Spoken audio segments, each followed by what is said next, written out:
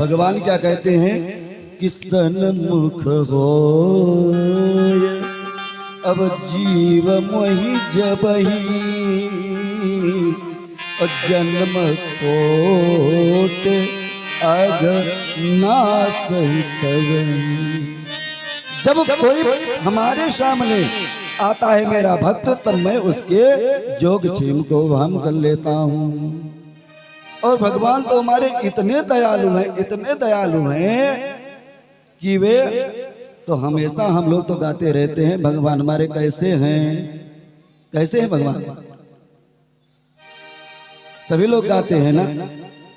क्या कहते हैं कि मंगल भवन मंगल हारी प्रभु दशरथ अजय बिहारी। मंगल भवन अमंगल हारी प्रभु दशरथ अजय बिहारी। मंगल भवन अमंगल हारी प्रभु अजय बिहारी। मंगल भवन अमंगल हारी प्रभु अजय बिहारी। मंगल भगवान हमारे कैसे हैं, मंगल भवन है और अमंगल को हरने वाले हैं। और भगवान की जो कथा हम लोग श्रवण कर रहे हैं वो कैसी है कि मंगल करण कलमल हरण तुलसी कथा रघुनाथ की। मंगल करण कलमल हरण तुलसी कथा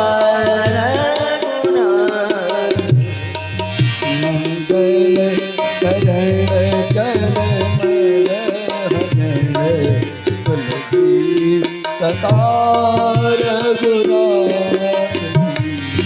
मंगल करण कलमल हरण तुलसी कतार गुनाथ। ऐसी हम पवन कथा का रसपान कर रहे हैं। आज 4 दिनों से 5वां दिवस है। आइए हम लोग 2 क्षण के लिए प्रभु का संकीर्तन करें, ताली जरूर बजाते हुए, क्योंकि भगवान ने बड़ा सुंदर हम लोगों को वाद्य यंत्र दिया है, इसलिए अपने ये वाद्य यंत्रों का प्रयोग कर लें, नहीं तो अगले जन्म में भगवान लाइसेंस जब्त कर लेंगे। आइए प्रेम से कीर्तन करते हैं।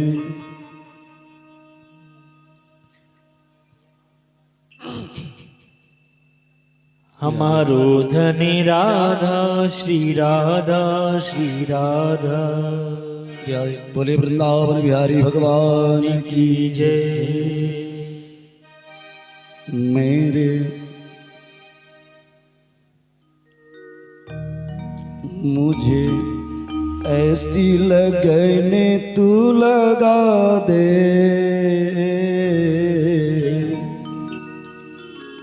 मुझे ऐसी। परमात्मा से वे सभी लोग, अगर जिनको लगन लगाना है परमात्मा से, सभी लोग कीर्तन करते हुए गाएंगे कि मुझे ऐसी लगन तू लगा दे कि तेरे बिना पल ना जीऊं।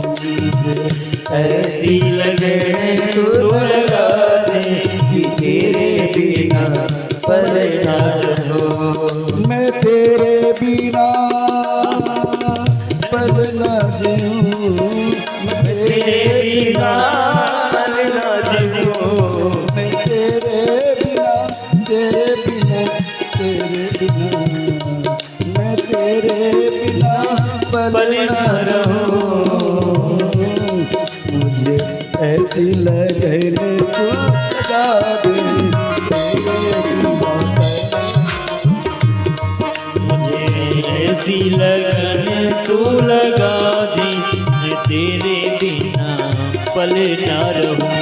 तेरे प्रेम वाला दीप जला दे मैं तेरे बिना पल ना रहूं।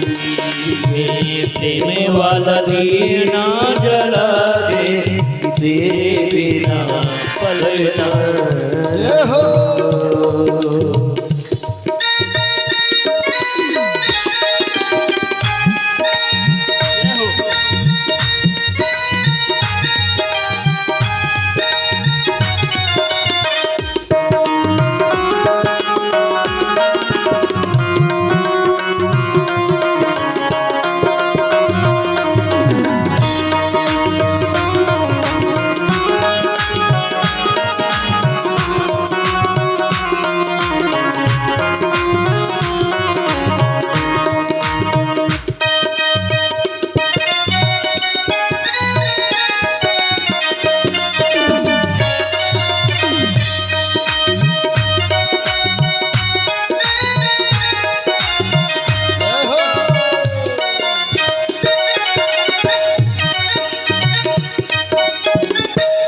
जैसे गले पिन मछली पलना दिए जैसे गले पिन मछली पलना दिए वैसे तड़पूं मैं घड़ी घड़ी तेरे लिए। वैसे तड़पूं मैं घड़ी घड़ी तेरे लिए। ऐसा वैसे तड़पूं मैं घड़ी घड़ी तेरे लिए। नशा इश्क वाला ओ नशा इश्क वाला ओ ही लगा दे मैं तेरे बिना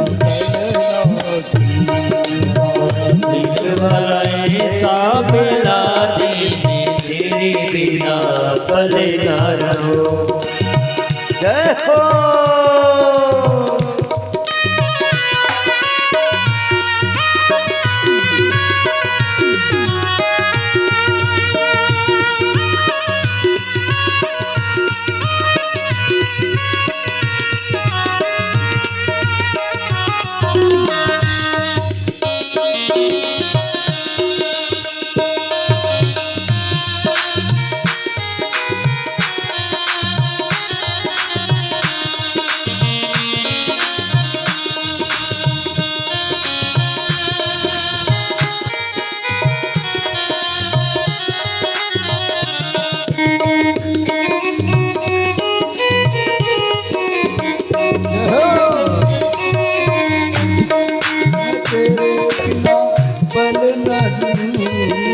तेरे बिना पल न रहूं।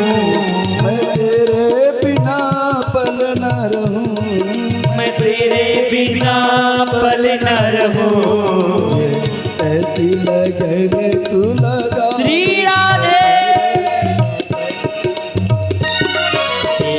ऐसी लगन तू लगा दे मैं तेरे बिना पल न रहूं।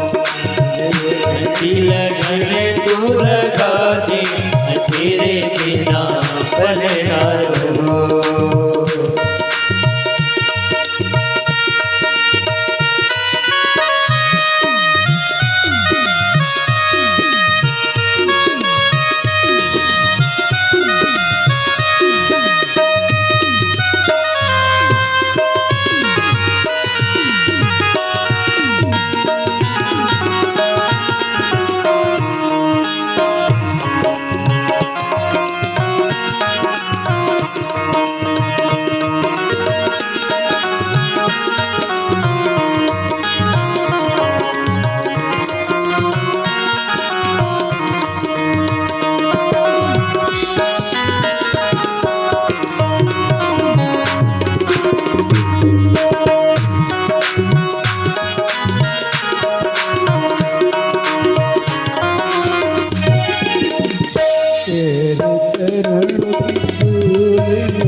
मिल जाऊं तेरे चरणों की धूल में में निर्जाओ ओ अब आस यही कहीं दूर न जाओ, अब आस यही कहीं दूर न जाओ, ओ आस यही कहीं दूर न जाओ, अब आस यही कहीं दूर न जाओ। ओ ऐसी भक्ति जगा, ऐसी भक्ति का रंग चढ़ा दे, मैं तेरे बिना पल न रहूं। भक्ति का रंग जला दे, मैं तेरे बिना पल न रहूं। ऐसी भक्ति का रंग चढ़ा दे, मैं तेरे बिना पल न रहूं। भक्ति का रंग ना जला दे, मैं तेरे बिना पल न रहूं। मैं तेरे बिना तेरे बिना तेरे बिना तेरे बिना, मैं तेरे बिना तेरे बिना तेरे बिना, तेरे बिना पल न रहूं।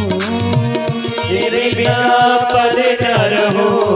मैं तेरे बिना पल न रहूं। तेरे बिना पल न रहूं। मैं तेरे बिना पल न रहूं। मुझे ऐसी लगन तू लगा दे, मुझे ऐसी लगन तू लगा दे, मैं तेरे बिना पल न रहूं।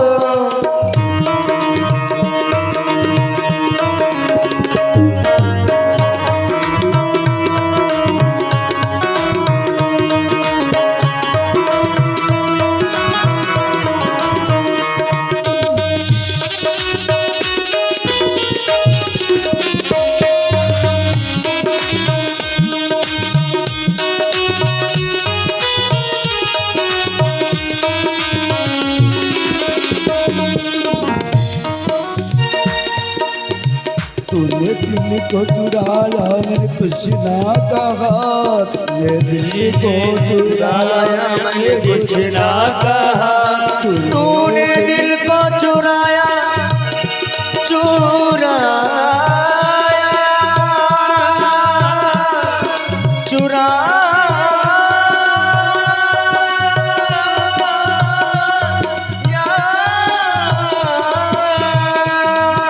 तूने दिल को चुराया, मैंने कुछ ना कहा, तूने दिल को चुराया, मैंने कुछ ना कहा, तूने दिल को चुराया, मैंने कुछ ना कहा, तूने दिल को चुराया, मैंने कुछ ना कहा, तूने बड़ा तड़पाया मैंने कुछ ना कहा, तूने बड़ा तड़पाया, मैंने कुछ ना कहा।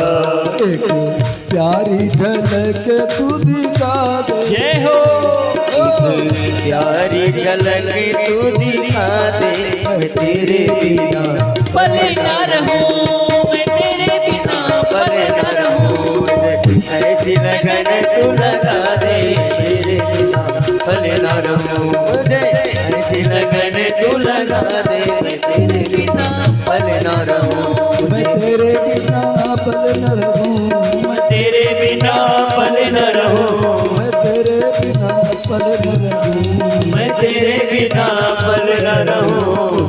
ऐसी लगन तू लगा दे पल न रहूं। ऐसी लगन तू लगा दे, मैं तेरे बिना पल न रहूं। मैं तेरे बिना पल न रहूं। मैं तेरे बिना पल न रहूं। मैं तेरे बिना पल न रहूं। बोले राधा माधव भगवान की जय। श्रीमद् भागवत महापुराण की जय। आइए हम लोग मूल प्रसंगों पर चलते हैं। कल हम लोगों ने बड़ी पावन सुंदर कथा का रसपान किया। अजामिल की कथा।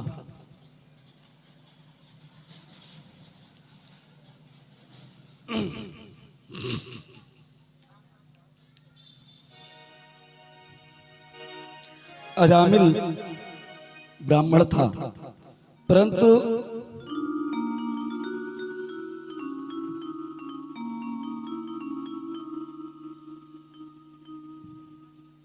उसके अंदर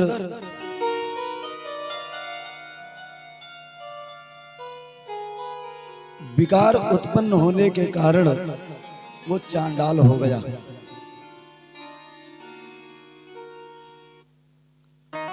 और उसने वैश्या ला करके अपने घर में रख लिया। वैश्या से बहुत प्यार करने लगा।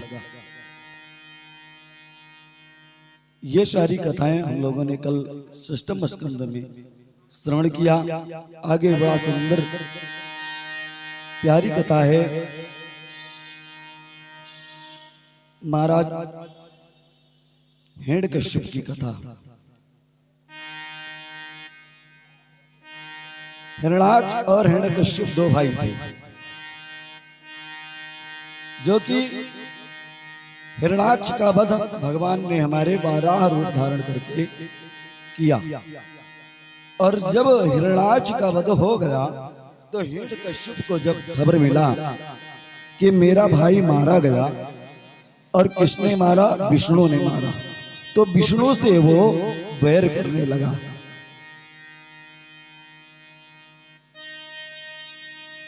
द्रोह करने लगा। वो अत्याचार करना प्रारंभ कर दिया उसने। न कहीं पूजा, न पाठ, न जप, न तप, न यज्ञ, न हवन, कोई भी कुछ नहीं होने पाता है।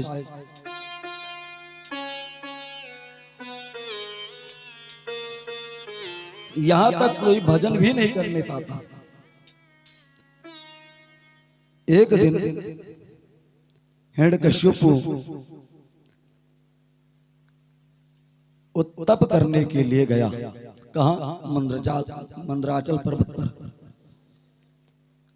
और वो जब तप करने के लिए गया, और किसका तप करने के लिए गया? ब्रह्मा जी को प्रसन्न करने के लिए, कि मैं ब्रह्मा जी का तप करूंगा और ब्रह्मा जी से यही वरदान मांगूंगा कि मुझे अजर अमर बना दो।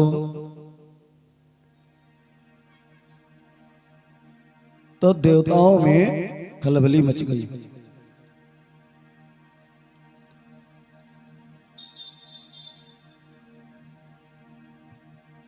और देवता लोग अपने गुरु बृहस्पति के पास पहुंचे। जाकर के बृहस्पति से अनुनय विनय किया। कहा, गुरुदेव आप ही मेरी रक्षा करो, नहीं तो हिरण्यकश्यप कहीं उसने वरदान ले लिया, ब्रह्मा जी को प्रसन्न करके वरदान प्राप्त कर लिया तो बहुत अत्याचार करेगा, इसलिए कोई उपाय करो। तो गुरुदेव बृहस्पति जी एक तोते का रूप धारण करके और जाकर के वही एक वृक्ष के ऊपर बैठ गए। और जैसे उसने तप करना चाहा, संकल्प लिया, हाथ में जल जैसे लिया और संकल्प करना प्रारंभ कर दिया, तैसे वो तोता राम राम कहने लगा।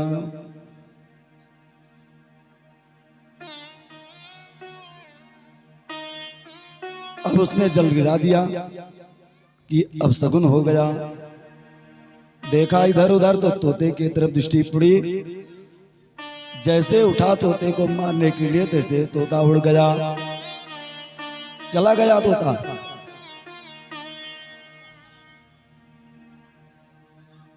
उसने बंद कर दिया। थोड़ी देर बाद में फिर तप करने के लिए जैसे जल लिया हाथ में संकल्प करने के लिए, तैसे फिर वो तोता आकर के वृक्ष पर बैठ गया और राम राम कहने लगा। इसी प्रकार से 2-3 बार तक उसने राम राम किया। हिरण्यकश्यप ने कहा, अब ये समय उचित नहीं है तप करने का। वो पुनः वापस चला आया दरबार। उसकी पत्नी कयाधु ने हाथ जोड़ करके पूछा कि प्राणनाथ आप तो गए थे तप करने के लिए, तो कैसे आप चले आए इतनी जल्दी? तपस्या क्या आपका तपस्या पूरी हो गई? कहा नहीं देवी, तपस्या नहीं पूरी हुई। कहा तब क्यों चले आए? कहा कुछ कारण था। का कारण क्या है बताओ तो जरा सही। कहा जैसे मैं बैठा तप करने के लिए, तैसे एक तोता आया और पीछे से वो राम राम कहने लगा। तो कहा मन ही मन में कयाधु ने हाथ जोड़ करके और भगवान का स्मरण किया। कहा जय भगवान, आज तो इनके मुख से कुछ राम राम तो निकला, शब्द तो निकला राम राम का। तो उसने संकल्प ही कर लिया मन ही मन में कयाधु ने कि आज इनसे मैं इनको खिंचा खिंचा करके 108 बार राम राम कहलवाऊंगी, ताकि एक माला पूरा हो जाए। इसी प्रकार से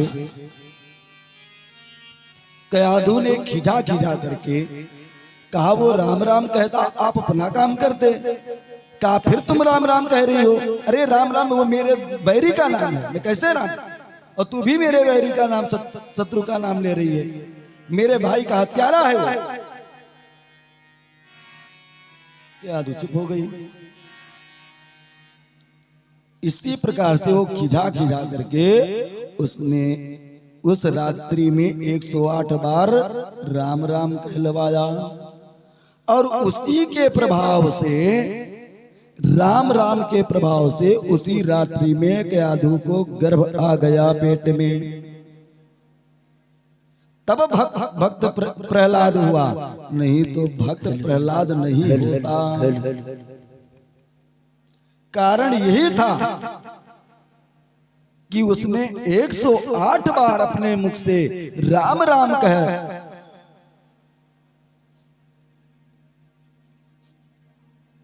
और उस रात्रि में गर्भाधान संस्कार हुआ। दूसरे दिन फिर पुनः वो मंदराचल पर्वत पर गया तप करने के लिए। इधर तो देवताओं का काम बन गया, अब क्या पूछना है। गया, उसने घोर तप किया ब्रह्मा जी का।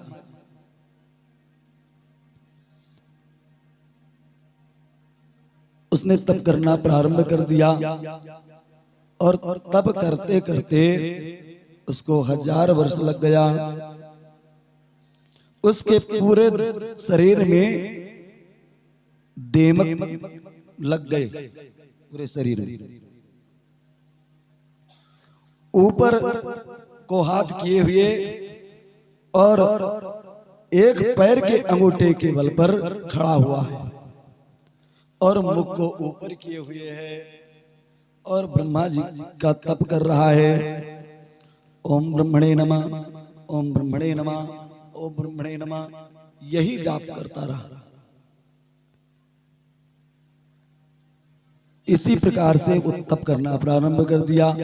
जब देखा कि ये नहीं मानेगा, तो ब्रह्मा जी को आना पड़ा। हंस पर सवार होकर के चतुर्भुज ब्रह्मा जी उस स्थान पर आ पहुंचे। उन्होंने अपने शक्ति से उसके सारे अंग को ठीक कर दिया। जिस अंग पर दीमक की मिट्टी लगी हुई थी, सब उसका ठीक कर दिया। जैसे अपने महल से आया था हिरण्यकश्यप, उसी प्रकार से अब वो हो गया। ब्रह्मा जी ने कहा, हे राजन, तुम उठो।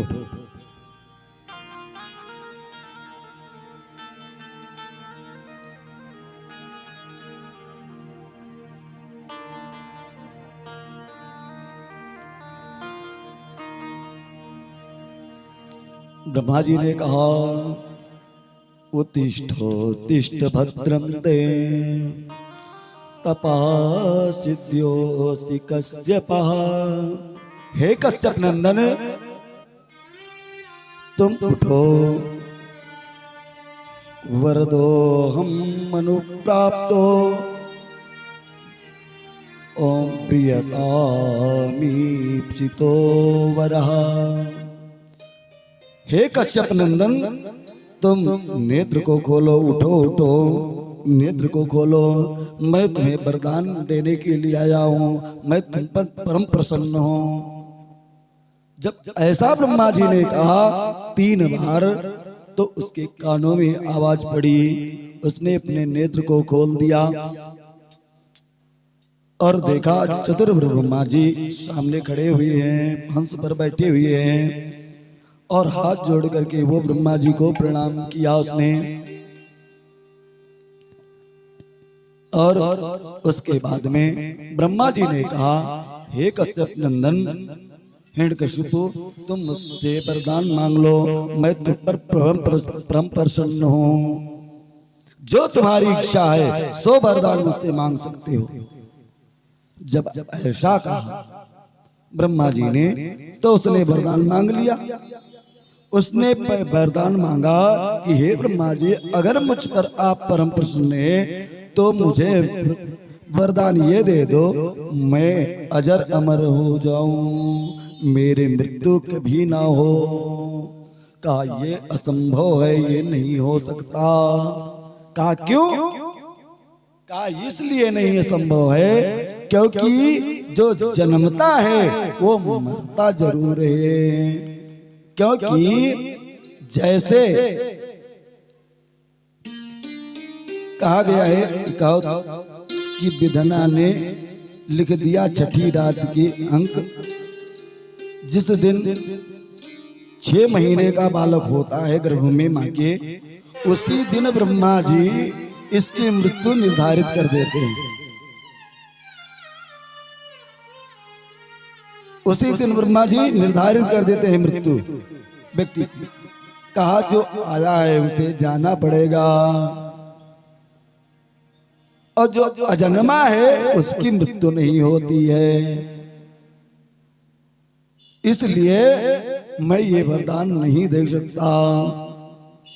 और मृत्यु तो सर्वथा सत्य है, मृत्यु जरूर होगी, आज हो या कल हो या 100 वर्ष बाद हो, परंतु मृत्यु सदैव सत्य है। और यही सत्य है। और मृत्यु भी जो होना है वही 7 दिन के अंतराल में हो। जो 7 दिन का श्राप परीक्षित को लगा है, वो परीक्षित को नहीं लगा है, हम सबको भी लगा है 7 दिन का श्राप। 7 से 8वां दिन कोई होता ही नहीं। तो 7वें ही दिन में कोई भी दिन हम लोगों का भी है। इसलिए अजर अमर नहीं मानना चाहिए। हम लोगों को जाना जरूर है एक ना एक दिन। इसलिए मृत्यु सदैव सत्य है। हे राजन, तुम कोई दूसरा वरदान मांग लो। तब बड़ी चतुराई से ब्रह्मा जी से हिरण्यकशिपु ने वरदान मांगा। उसने कहा कि हे प्रभु, हे ब्रह्मा जी, यदि तुम मुझ पर प्रसन्न हो तो मुझे वरदान दो। नाम तर बहिर्दिवानक्ता। श्री सुखदेव स्वामी कह रहे हैं, महाराज परिचित को कथा श्रवण करा रहे हैं। सुखदेव स्वामी कहते हैं कि हे राजन, उसने वरदान मांगा ब्रह्मा जी से, कहा ना अंतर बहिर्दिवानक्त्या यस्मादपि चायुधे ना भूमो नाम्बरे मृत्युर नामरे ना मृगेरपि। हे ब्रह्मा जी, मुझे वरदान दो, ना मेरी मृत्यु अंदर हो, ना बाहर हो, ना ऊपर हो, ना नीचे हो, ना दिन में हो, ना रात्रि में हो।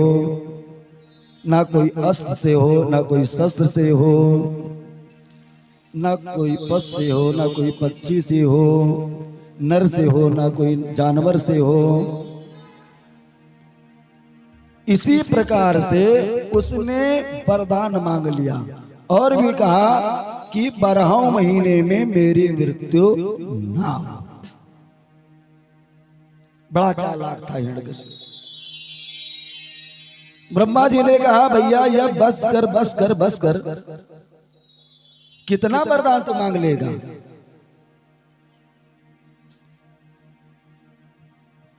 ब्रह्मा जी ने कहा तथास्तु, जाओ ऐसा ही होगा। संसार में दो ही ऐसे हमारे देवता हैं कि जो जल्दी प्रसन्न हो जाते हैं, वरदान दे देते हैं, और बाद में झेलते कौन है जानते हो? विष्णु भगवान झेलते हैं। वरदान देने में दो देवता बहुत माहिर हैं, एक तो ब्रह्मा जी और दूसरे भगवान शंकर। भगवान शंकर भी वरदान देने में माहिर हैं। ये नहीं सोचते कि क्या होगा। आप लोगों ने सुना होगा कि भस्मासुर ने शंकर जी से वरदान प्राप्त कर लिया। भगवान शंकर ने वरदान दे दिया कि जिसके तू ऊपर हाथ रख देगा वो भस्म जल करके भस्म हो जाएगा। पार्वती जी खड़ी थी। अब गुरु जी ने वरदान दिया है, ध्यान देना, गुरु जी ने वरदान दिया है कि बेटा जाओ, तू जिसके ऊपर हाथ रख देगा वो जल करके भस्म हो जाएगा। अब चेला को यह चाहिए कि गुरु माथे पर कुदृष्टि डाले।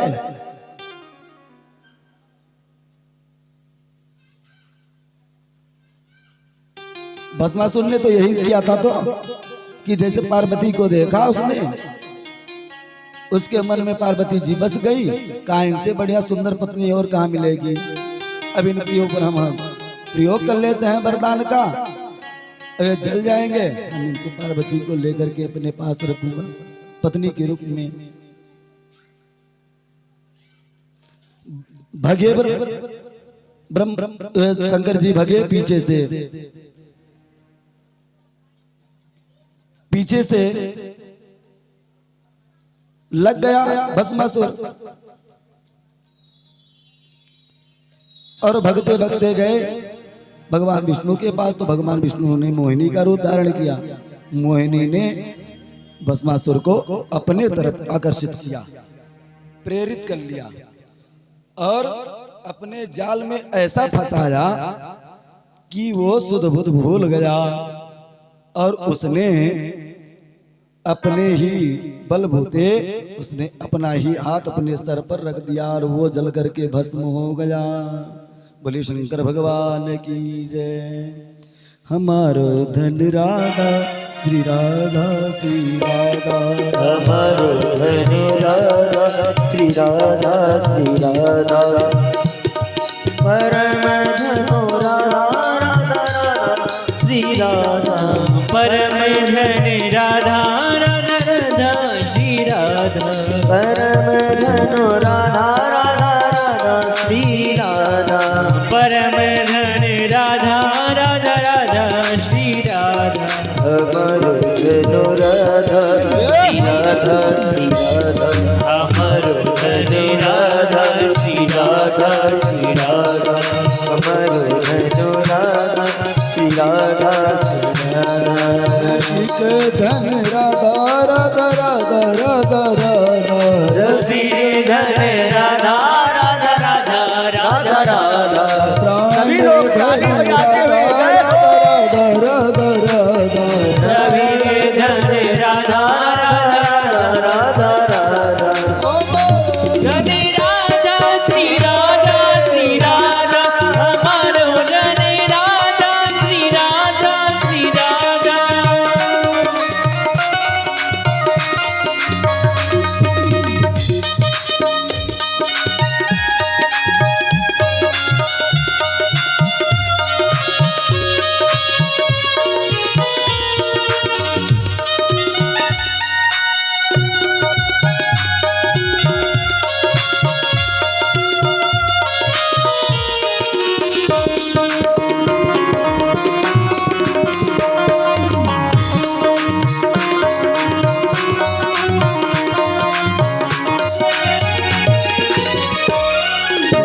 माधव भगवान की जय। तो दो देवता ऐसे हैं हमारे वरदान देने में माहिर हैं। ब्रह्मा जी ने भी हिरण्यकश्यप को कह दिया तथास्तु ऐसा ही होगा, परंतु तेरी मृत्यु होगी। वरदान भी दे दिया और कह दिया कि हिरण्यकश्यप तेरी मृत्यु होगी जरूर। ब्रह्मा जी चले गए। अब हिरण्यकश्यप ठट्ठा करके हंसा, कहा ये नाहकै में बूढ़े बाबा चार चार खोपड़ी ला दे अपने सर पर, परेशान है, हमने इनको छल लिया, अब कैसे मेरी मृत्यु हो सकती है? अब तो कोई नहीं मुझे मार सकता, अब तो मैं अजर अमर हो गया हूं। और वो आया। हाँ, इतने में क्या था, एक घटना वहां घट गई। कहां? दरबार में। जब वो वरदान वो जब तप करने के लिए आया दूसरी बार मंदराचल पर्वत पर, तो इतने में एक घटना घट गई दरबार में। दरबार में कौन सी घटना घटी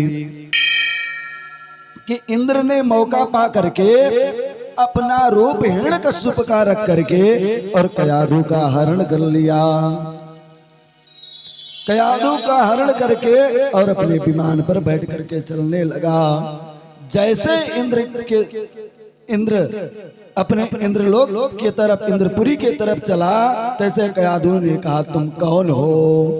इंद्र स्वयं अपने असली रूप में आ गया। कयाधु रोने लगी, गिड़गिड़ाने लगी, चटपटाने लगी। तब तक क्या देखा कि एक बाबा जी वहां उत्पन्न हो गए, वीणा को बजाते हुए, हरगुण गान गाते हुए, श्रीमन नारायण नारायण नारायण, श्रीमन नारायण नारायण नारायण, श्रीमन नारायण नारायण नारायण, श्रीमन नारायण नारायण नारायण, श्रीमन नारायण नारायण नारायण, श्रीमन नारायण। सभी लोग ताली बजाते हुए जय हो पंचमन नारायण नारायण, लक्ष्मी नारायण नारायण नारायण, श्रीमन नारायण नारायण, भजमन नारायण नारायण नारायण, जो नारायण नाम लेते हैं, जो नारायण नाम लेते, जो नारायण नाम लेते हैं, जो नारायण नाम लेते हैं, पाप कटे सब सारायण, श्रीमन नारायण नारायण नारायण, लक्ष्मी नारायण नारायण नारायण, श्रीमन नारायण नारायण नारायण, श्रीमन नारायण नारायण नारायण, श्रीमन नारायण नारायण नारायण, श्रीमन नारायण नारायण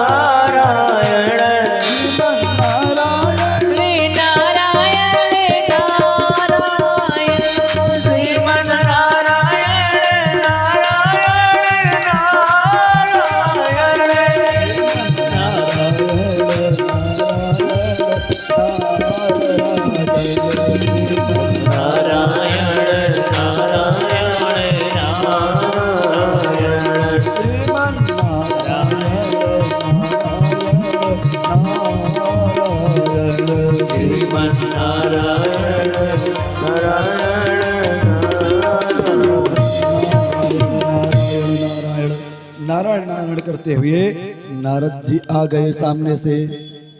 कहा, अरे इंद्र, ये तुम क्या कर रहे हो?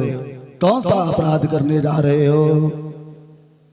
इंद्र ने कहा, देवर्षि, ये जो हिरण्यकश्यप की पत्नी है कयाधु, इसके पेट में ये हिरण्यकश्यप का बालक पल रहा है, और जब हिरण्यकश्यप ही इतना बलवान है तो इसका बालक कितना बलवान होगा। इसलिए उसके मैं कुल को नहीं रखने दूंगा, मैं नष्ट कर दूंगा इसके कुल को। कहा, तुम बहुत पापी हो, ये पाप करने जा रहे थे। भ्रूण हत्या बहुत बड़ा पाप है, ध्यान देना। जीव की हत्या करना बहुत बड़ा पाप है।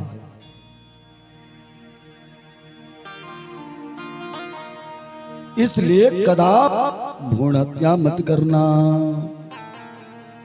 कुछ नारियों का स्वभाव होता है, वो भ्रूण हत्या करवाती हैं। ऐसा मत करना जीवन में, नहीं तो नरकगामी कहलाई जाओगी। मैं नहीं कह रहा हूं, शास्त्र प्रमाणित है। नरक में भी आपका ठिकाना नहीं लगेगा।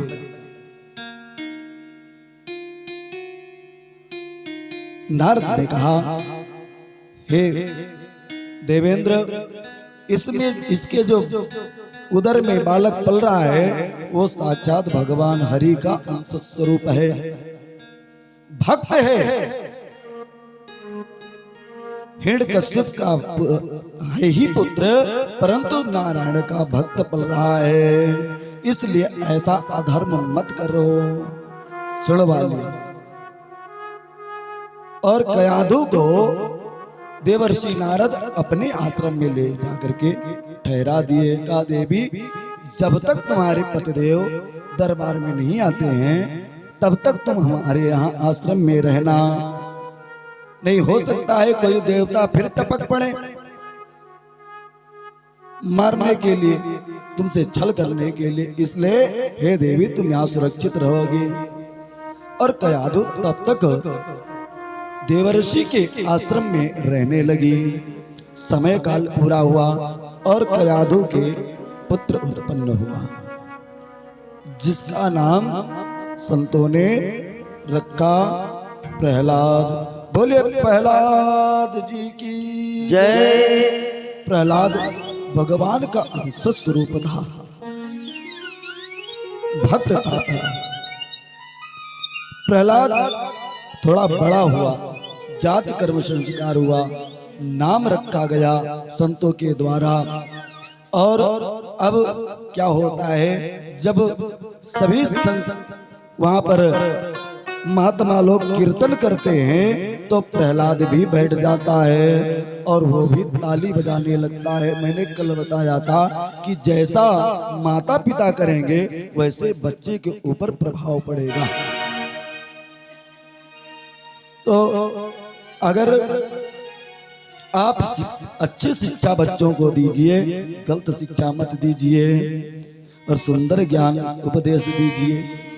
प्रहलाद उसी संत मंडली में इतना रम गया, इतना रम गया कि वो भगवान का ही भक्त हो गया। अब भगवान के कीर्तन के अलावा और कुछ नहीं हो जाप कर, कुछ पढ़ता ही नहीं है, केवल कीर्तन ही कीर्तन करता है भगवान का।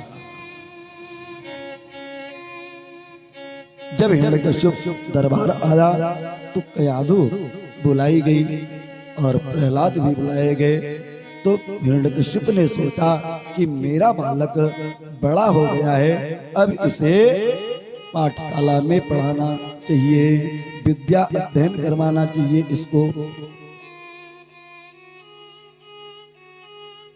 क्योंकि जो माता पिता अपने बच्चों को पठन पाठन नहीं कराते हैं वे शत्रु कहलाए जाते हैं। इसलिए बहुत जरूरी है, माता पिता को चाहिए कि अपने बालकों को सुंदर शिक्षा ग्रहण करावे। तो उसके यहाँ एक गुरुकुल चलता था, दैत्य गुरुकुल। वहां दैत्य विद्या पढ़ाई जाती थी और उस गुरुकुल इसके जो मास्टर साहब थे इनका नाम था संडा और मर्क। संड होता है सांड को कहते हैं संड, और अमृत कहते हैं बंदर को। जिसकी सांड की बुद्धि और बंदर की बुद्धि हो, भला वो बताओ कैसे कौन सी शिक्षा ग्रहण कराएंगे बच्चों को। और इधर हिरण्यकश्यप ने अपने मंत्रियों को आदेश दिया कि हे मंत्रियों, जाकर के तुम सभी संतों महात्माओं को प्रताड़ित करो, गौओं को प्रताड़ित करो, गौओं को मारो काटो, और यज्ञ हवन पूजा इत्यादि सब बंद करा दो। पूजा पाठ कोई कहीं भी ना होने पावे। और ये कह दो स्वयं हिरण्यकश्यप ही भगवान है, हिरण्यकश्यप का ही सभी लोग पूजन करें, जाप करें। और जो हिरण्यकश्यप की बात नहीं माने उसको मृत्यु के हवाले कर दो। इतना अत्याचार करने लगा। भयानक अत्याचार करना प्रारंभ कर दिया। किसके द्रोह में? अपने भाई के बैरी के लिए। क्योंकि हिरण्याक्ष का वध भगवान विष्णु ने किया था 12 रूप धारण करके, इसलिए वो विष्णु से द्रोह करने के लिए उसने आदेश दे दिया कि कोई भगवान विष्णु का पूजन ना करने पावे, जप ना करने पावे, नाम संकीर्तन ना लेने पावे। इधर अत्याचार कर रहा है। और उधर गुरुकुल में जब प्रहलाद गए तो अब गुरुजी तो पढ़ा तो रहे हैं दैत्य की सब भाषाएं, परंतु प्रहलाद के पल्ले कोई नहीं पड़ता बातें। जो गुरुजी बता रहे हैं वो शब्द प्रहलाद के मन में नहीं बैठता। तब प्रहलाद जी क्या करते हैं, जब देखते हैं कुछ सुनसान तो बच्चों को बुला लेते हैं, इकट्ठा बैठा लेते हैं और कहते हैं हे भैया हमारे साथ तुम लोग कीर्तन करो। तो बच्चों को हिला अपने में मिला करके बच्चों से कहते हैं कीर्तन करो हमारे साथ, और कीर्तन करना प्रारंभ कर देते हैं। क्या कीर्तन करते हैं? हरि बोल हरि बोल हरि हरि बोल, हरि बोल हरि बोल हरि हरि बोल। केशव माधव गोविंद बोल, केशव माधव गोविंद बोल। प्रहलाद के साथ में कीर्तन करें, ताली बजाते गोविंद बोल, केशव माधव गोविंद बोल, बोल हरि बोल हरि हरि हरि बोल, बोल हरि बोल हरि हरि हरि बोल, बोल हरि बोल हरि हरि हरि बोल। केशव माधव गोविंद बोल, केशव माधव गोविंद बोल, बोल हरि बोल हरि हरि हरि बोल, बोल हरि हरि हरि हरि हरि बोल।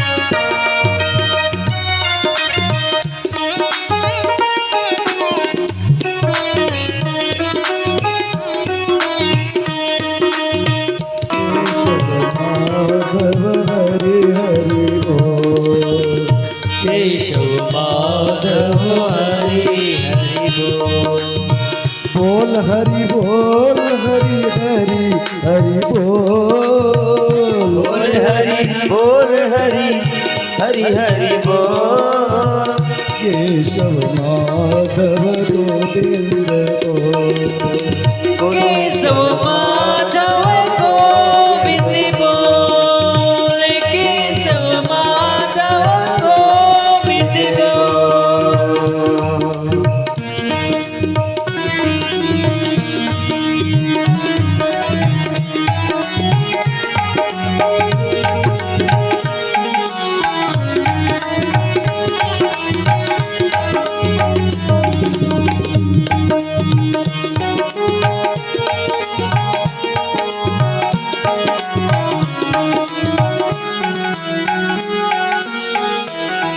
क्योंकि कीर्तन सभी को करना चाहिए और जो कीर्तन नहीं करते हैं जानते हो वो जो गोस्वामी तुलसीदास जी महाराज कहते हैं उनके लिए जय बिदरा जय मुख राम नाम नहीं गावा जय मुख राम नाम जय गावा जय मुख राम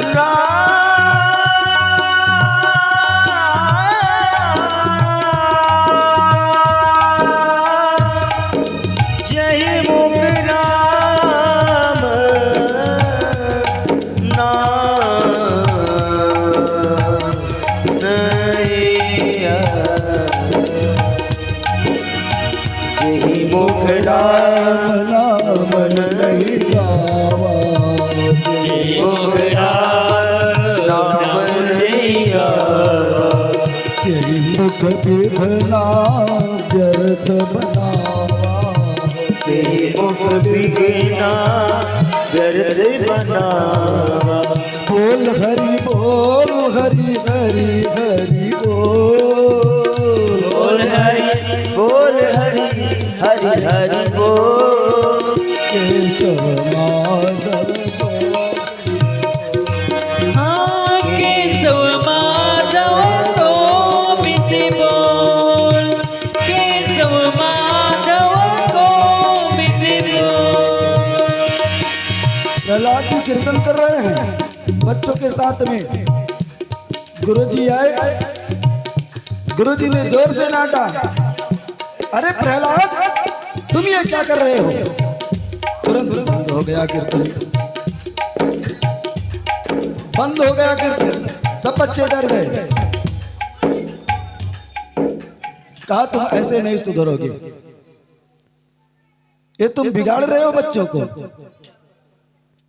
एक दिन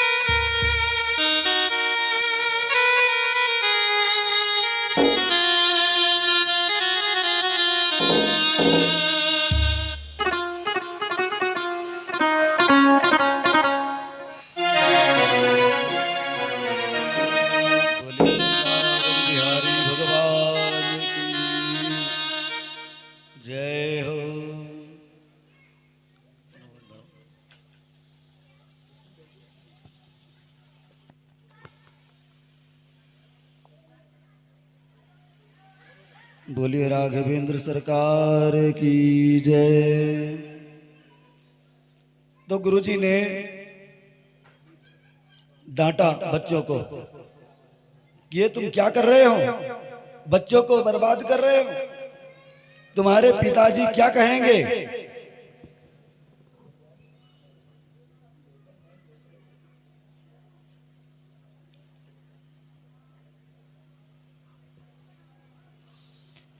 कहा गुरुजी ने कि तुम्हारे पिताजी क्या कहेंगे कि यही शिक्षा आप ग्रहण करा रहे हो मेरे बच्चों को। फिर सब बच्चे पढ़ने लगे। प्रहलाद का मन नहीं लग रहा है गुरुकुल में। आज एक दिन हिरण्यकशिपु ने सोचा कि चलो इतने दिन हो गया, मेरा बच्चा गया है गुरुकुल में, चलो मिला मैं देखूं कैसे वो पठन पाठन कर रहा है। तो प्रहलाद ये हिरण्यकशिपु आए गुरुकुल में, सब बच्चे खड़े होकर के और हिरण्यकशिपु का स्वागत किया। जब हिरण्यकशिपु का स्वागत किया और प्रहलाद ने देखा जैसे मेरे पिताजी आए हैं, दौड़ करके प्रहलाद गया और साष्टांग दंडवत किया उसने। हिरण्यकशिपु समझ गया, परम प्रसन्न हो गया मन ही मन में। कहा वाह, मेरे बच्चे के अंदर बड़ा सुंदर संस्कार जागृत हो गया है। देखो गुरुजी ने क्या सुंदर शिक्षा ग्रहण कराई है, कैसे आदर से आया है, मेरा प्रणाम कर रहा है। तो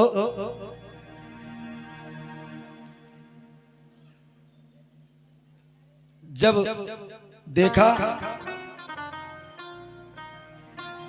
तो तुरंत हिरण्यकशिपु ने प्रहलाद को उठा लिया गोदी में और मस्तक को सहलाने लगे, कपोल को चूमने लगे, कहने लगे बेटा तुमने इतने दिन तक गुरुकुल में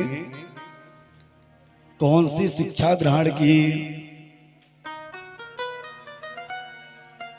जरा मुझे भी सुनाओ। गुरुजी ने जो पढ़ाया है जरा मुझे भी सुनाओ कुछ।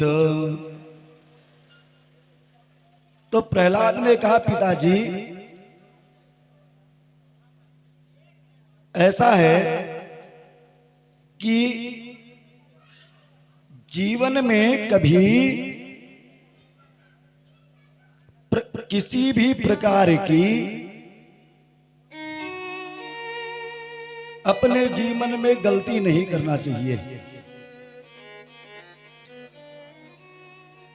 हे पिताजी, और वास्तविक से भगवान से कभी द्रोह नहीं करना चाहिए। प्रहलाद ने कहा पिताजी से अपने, कहा हे पिताजी कभी जीवन में भगवान से द्रोह नहीं करना चाहिए, उनसे प्रेम करना चाहिए। भगवान तो सभी के प्रेमी हैं। और भला बताओ भगवान से द्रोह किस बात की, भगवान तो किसी के शत्रु है ही नहीं। और जब ये ब्रह्म ज्ञान का उपदेश प्रहलाद देने लगे तो जितना शब्द प्रहलाद कह रहे हैं और उतना ही ये जलता जा रहा है, अंदर ही अंदर से क्रोधित होता जा रहा है। और जब प्रहलाद ने कहा हे पिताजी तुम अपना अज्ञान छोड़ करके पिताजी हमारे भगवान के शरणागति हो जाओ, और जैसे यह कहा तैसे प्रहलाद को नीचे उतार दिया।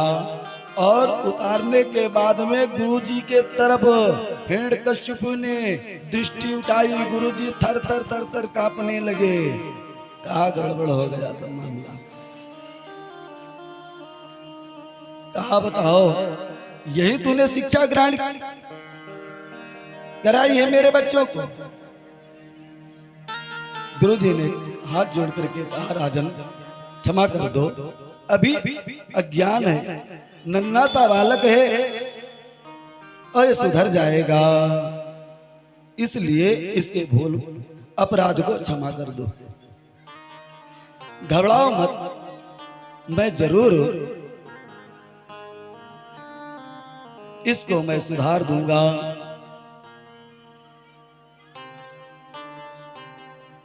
तो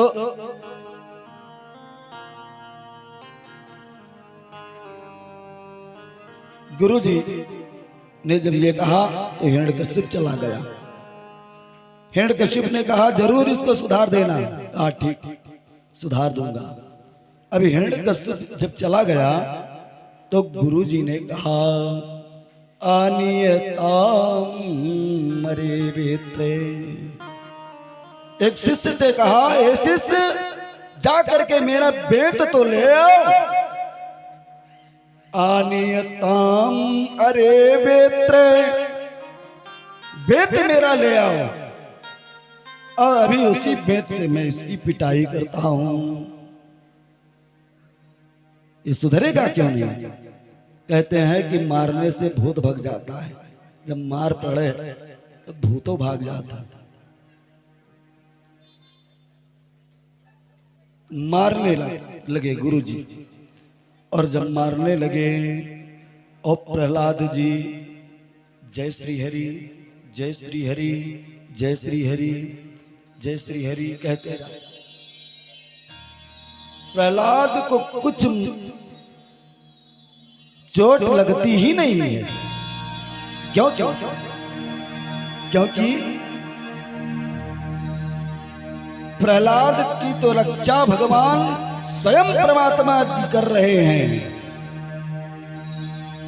मारते मारते गुरु जी को पसीना आ गया और डंडा टूट गया, टूट करके धरती पर गिर गया।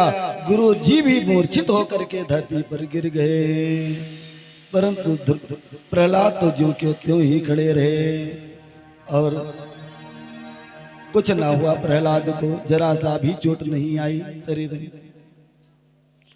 गुरुजी जब उठे, चेतना आई तो देखा गुरुजी परेशान। आप कुछ नहीं, ये कोई जादुई चमत्कार है लड़का, कहीं कोई माया एक साथे काम कर रही है। अब अभी सौकियर है कि अका जल्दी एक घरे पहुंचाई दो, नहीं तो हम माँ डारा जब छोड़े ना हिरण्यकश्यप। और जो अब की आएगी राजा जी तो जरूर माँ डरी है, बिना मारे छोड़े है ना। तो इसलिए गुरुजी ने कहा अभी बहुत शौकियर है। गुरुजी ने तुरंत प्रहलाद के हाथ को पकड़ा और हिरण्यकश्यप के दरबार में उपस्थित कर दिया। हिरण्यकश्यप ने देखा अपने पुत्र प्रहलाद को और गुरुजी को। तब जैसे प्रहलाद ने अपने पिता को देखा, दौड़ करके प्रहलाद पहले की बात जैसे पहले प्रणाम किया था उसी बात फिर चरणों में प्रणाम किया। सिंहासन पर बैठा है हिरण्यकश्यप और वहां जाकर के प्रहलाद ने प्रणाम किया। तुरंत सिंहासन से उठे, बगल में कयाधु भी बैठी थी और हिरण्यकश्यप उठ करके प्रहलाद अपने पुत्र प्रहलाद को उठाया और गोदी में उठा लिया, को चुनने लगे।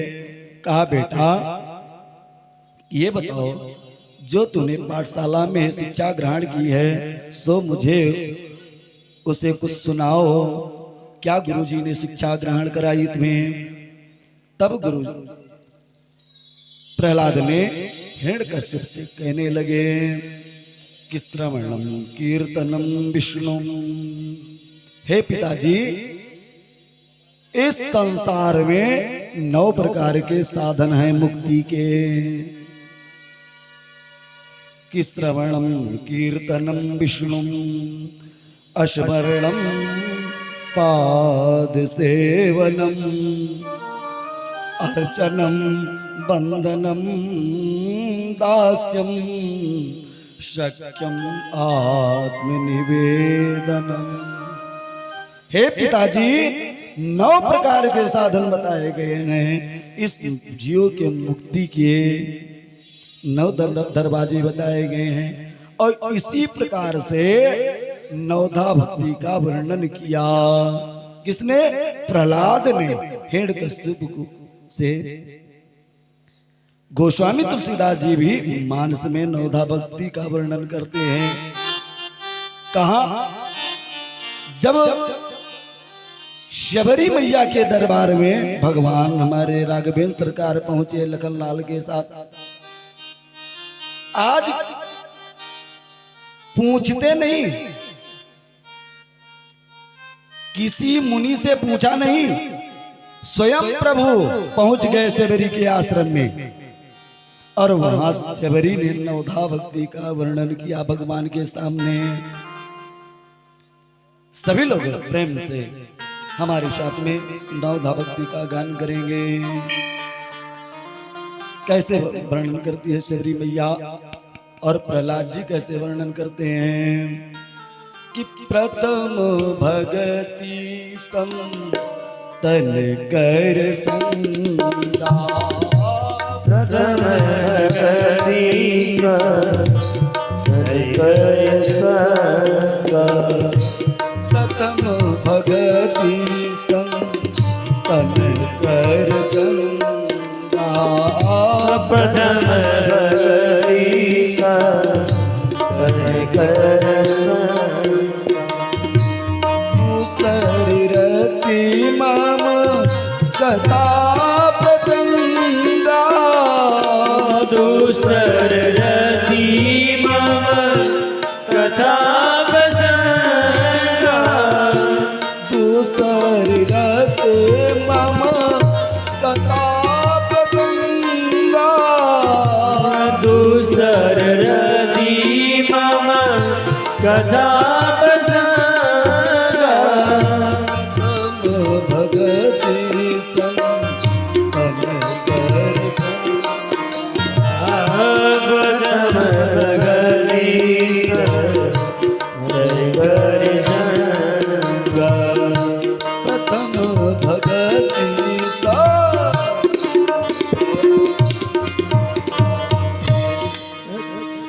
गुरुपद पंकज सेवा, तीसर भगति अमान, चौथी भगति मम गुण गण, करहि कपट तज गान, मंत्र जाप मम दृढ़ विश्वासा,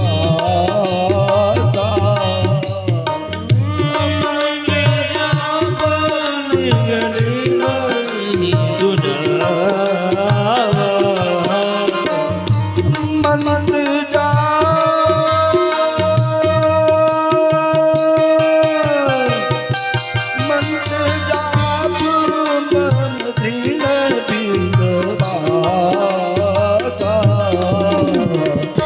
पंचम भगति वेद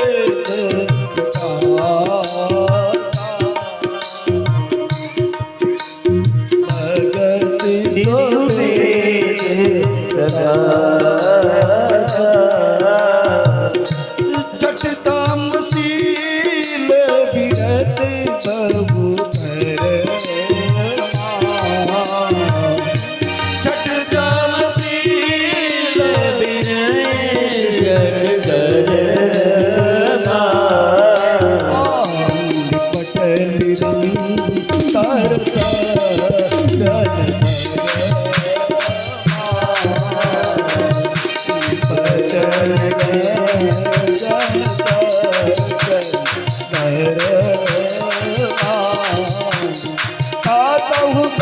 मैं जो जग देखा, साधन को जब मैं जग देखा, अमोह से संग अधिक कर लेगा,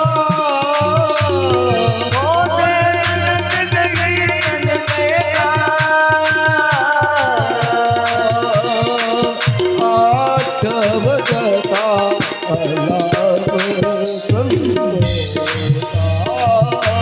आठ बरसा नाम संतो, आठव जता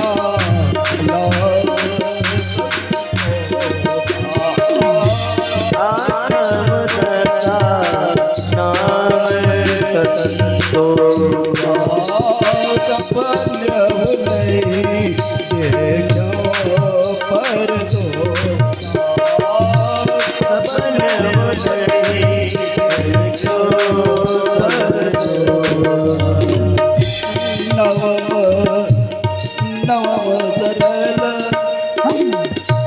नवम सरल चल सोचल ही ना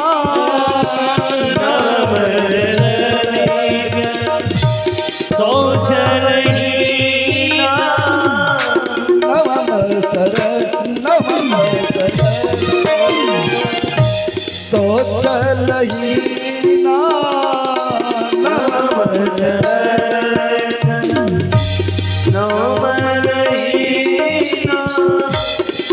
भरोस हिय हरस नदीना मम भरोस हिय हरस नदीना मम भरोस हिय हरस नदीना मम भरोस दर्शन की गोस्वामी तुलसीदास जी कहते हैं मानस में, नौ माह दिन कर एक होई, नौ माह दिन कर एक होई, हरे पुरुष सच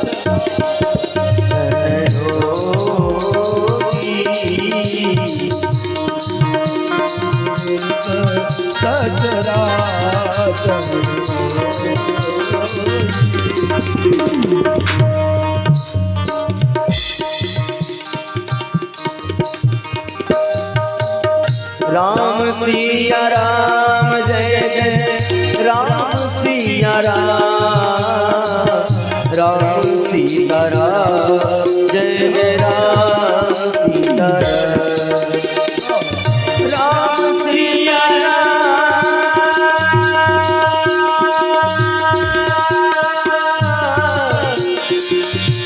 मंगल भवन अमंगल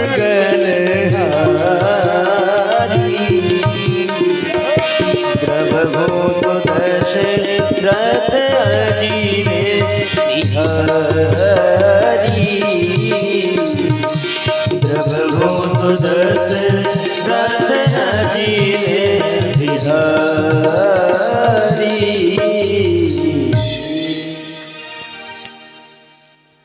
प्रहलाद जी अपने पिता हिरण्यकश्यप से नवधा भक्ति का वर्णन करते हैं। श्रवणम कीर्तनम विष्णुम अस्मरणम पाद सेवनम अर्चनम वंदनम दास्यम सख्यम आत्मनिवेदनम। हे पिताजी, 9 प्रकार के साधन बताए गए हैं मुक्ति के, इसलिए एक भी आप भक्ति अगर ग्रहण कर लें तो आपका कल्याण हो जाएगा। और जैसे हिरण्यकश्यप ने सुना प्रहलाद का उपदेश, तैसे उठा करके हिरण्यकश्यप ने प्रहलाद को और फेंक दिया।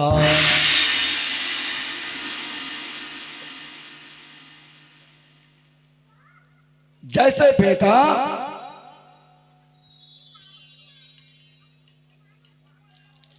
तैसे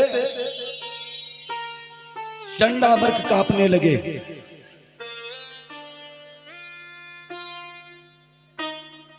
थर थर कांपने लगे चंडामर्क। और चंडामर्क ने कहा, क्या कहा उन्होंने, नामत प्रणीतम न पर प्रणीतम। हे राजन, ये मेरे पढ़ाए हुए ज्ञान नहीं है जो ये बक रहा है। नामद प्रणीतम न पर प्रणीतम सुतो वदस्य वदेन्द्र शत्रु। हे देवेंद्र शत्रु, हे भगवान विष्णु के शत्रु, ये मेरा पढ़ाया हुआ ज्ञान नहीं है, इसमें मेरी कोई गलती नहीं है जो ये बक रहा है। तुरंत हिरण्यकश्यप ने अपने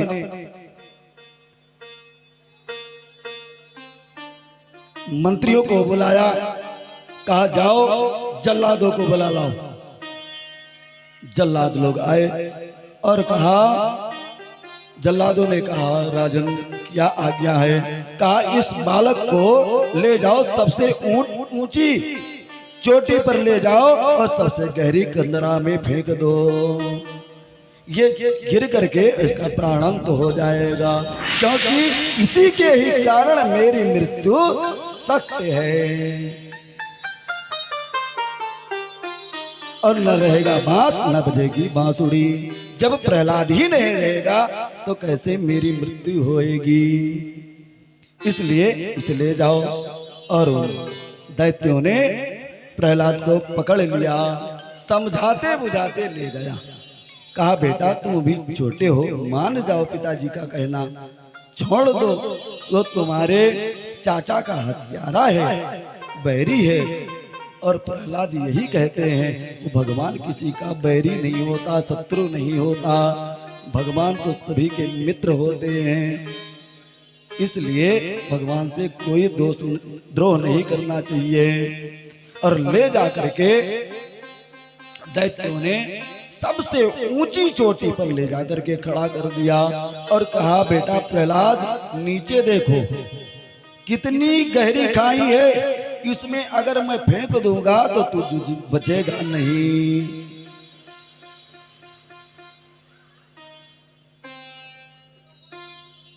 प्रहलाद ने कहा कोई बात नहीं, तुम फेंक दो।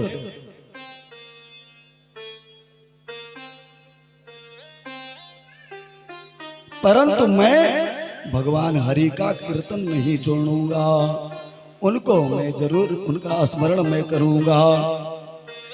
तब दैत्यों ने हाथ पकड़ करके और प्रहलाद का उठा करके फेंक दिया। और जैसे फेंका तैसे पहले इसी ही भगवान विष्णु गहरी कंदरा में खड़े हुए थे, अपने बाहों को फैलाए हुए। क्योंकि कहा गया है कि जाको राखे साइया मार सके ना कोई, बाल न बांका कर सके जो जग बैरी हो। इसलिए जिसका भगवान रक्षा करता है उसको कोई नहीं मार सकता है। मारने वाला है भगवान, बचाने वाला है भगवान। मार सके ना उस प्राणी को जिसका रक्षक कृपा निधान। मारने वाला है भगवान, बचाने वाला है भगवान। केवल भगवान मार सकता है, और ये जिनको रखे वही रह सकता है संसार में। नहीं तो एक बार जब राघवेंद्र सरकार अपने सेनाओं के साथ में, बंदर भालुओं के साथ में समुद्र में पुल बांध रहे थे, सेतु बांध रहे थे, निर्माण हो रहा था, तो राघवेंद्र सरकार चुपके से, और जहां पर सब बंदर भालू सेतु बांध रहे थे वहां से थोड़ा हटके चले गए दूर। कुछ पत्थर लिए हाथ में और पत्थर लेकर के चले गए दूर। और पीछे पीछे हनुमंत लाल जी लग गए चुपके से। राघवेंद्र सरकार गए तो समुद्र के किनारे बैठ गए।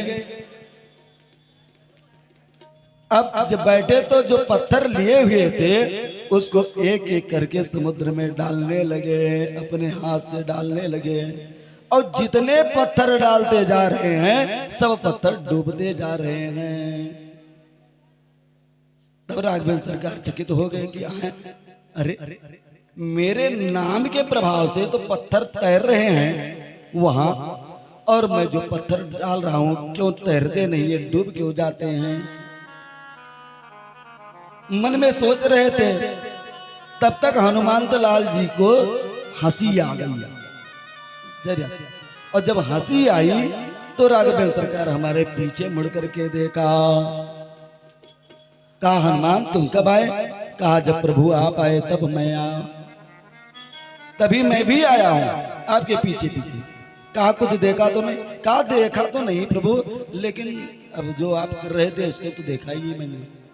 कहा तो किसी से मत कहना। कहा क्यों? कहा इसको क्यों नहीं? कहा तो अगर जो कह दोगे वहां तो मेरी हंसी होगी। कहा आप चाहे हंसी हो और चाहे हो आपका चाहे जो हो, लेकिन मैं बिना कहे मानूंगा नहीं इस बात को। कहा तो मैं जाऊंगा ही नहीं इस स्थान से। तब हनुमंत लाल ने बड़ी सुंदर बात कही भगवान से। कहा प्रभु आपके मन में संदेह है ना, यही तो कि मैं जो पत्थर डाल रहा हूं समुद्र में क्यों डूब जाते हैं, तैरते क्यों नहीं? और जो मैं पत्थर लिख करके आपका नाम लिख करके पत्थर में जो मैं डालता हूं वो तैरते हैं, इसका कारण क्या है? कारण यही है प्रभु कि आपके नाम में जो शक्ति है, और आप जिसको तार देंगे वो तर जाएगा और जिसको आप छोड़ देंगे वो मर जाएगा। पार होगा वही जिसे पकड़ोगे राम, पार होगा वही जिसे पकड़ोगे राम, जिसको छोड़ोगे एक पल में डूब जाएगा, जिसको छोड़ोगे पल भर में डूब जाएगा, जिसको छोड़ोगे पल भर में डूब जाएगा।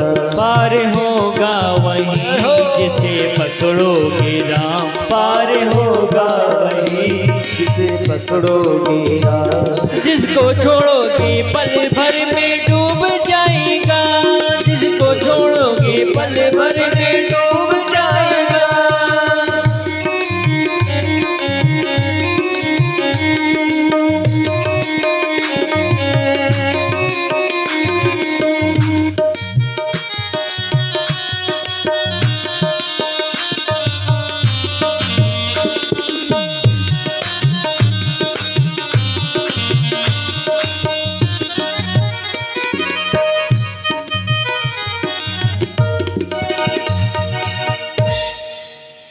तो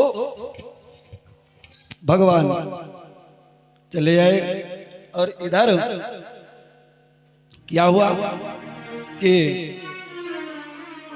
प्रहलाद को छोड़ दिया दैत्यों ने कंदरा, और नीचे भगवान हमारे ठाकुर जी विद्यमान है पहले से, अपने हाथों को सेज की तरह बनाए हुए हैं। तो गिरते गिराया प्रमादी ने, सेज सी बना ली कृपा निदान ने निज बाहों की। तुरंत भगवान अपने हाथों की सेज बना लिया और प्रहलाद जी गाने लगे हरिओम हरि बोल हरि बोल हरि हरि हरि बोल हरि ओम हरि हरि हरि बोल हरि हरि हरि हरि हरि बोल, ओम हरि हरि हरि हरि ओम। केशव माधव गोविंद बोल, केशव माधव गोविंद बोल, हरि बोल हरि हरि हरि बोल हरि हरि हरि हरि हरि बोल। सब हरि बोल का शब्द कंदरा से ऊपर निकला तो दैत्यों के कानों में जब आवाज पड़ी तो घबरा गए दैत्य लोग, गाय तो बच गया, दौड़ो दौड़ो पकड़ो पकड़ो, नहीं तो हिरण्यकश्यप हम लोगों का वध कर देगा। और जैसे देवता लोग दैत्य लोग आए पकड़ने के लिए, तुरंत भगवान अंतर ध्यान हो गए। क्यों भगवान अंतर ध्यान हो गए? जबकि भगवान ने कहा है कि मेरे मन जन सो मोहि पावा, अमोहि कपट चल छिद्र न भावा। निर्मल मन के प्राणी मुझे पाते हैं, कपटी कुरु पापी मुझे नहीं भाते हैं। अब दैत्यों ने ला करके दरबार में उपस्थित किया, कहा राजन ये तो बच गया। हिरण्यकश्यप ने तुरंत महावत को बुलाया, कहा हाथी के तले इसको रंधवा दो। महावत ने हाथी लाया, मदमस्त कर दिया, मदिरा पिला करके हाथी को और कुचलवाना चाहा, परंतु हाथी जैसे अपना हाथी ने पैर रखा भगवान प्रहलाद के वक्षस्थल पर, तैसे हाथी आकाश में उड़ गया और धड़ाम से पृथ्वी पर गिर पड़ा। उसका काम तमाम हो गया। फिर प्रहलाद बच गए। सपेरे को बुलवाया, सपेरे को बुलवाया। सपेरा बीन बजाता हुआ और अपने नागों को लेकर के आ गया, जहरीले नागों को। और उसने प्रहलाद ने कहा, हिरण्यकश्यप ने कहा, ए सपेरे तुम जल्दी से अपने इन सांपों से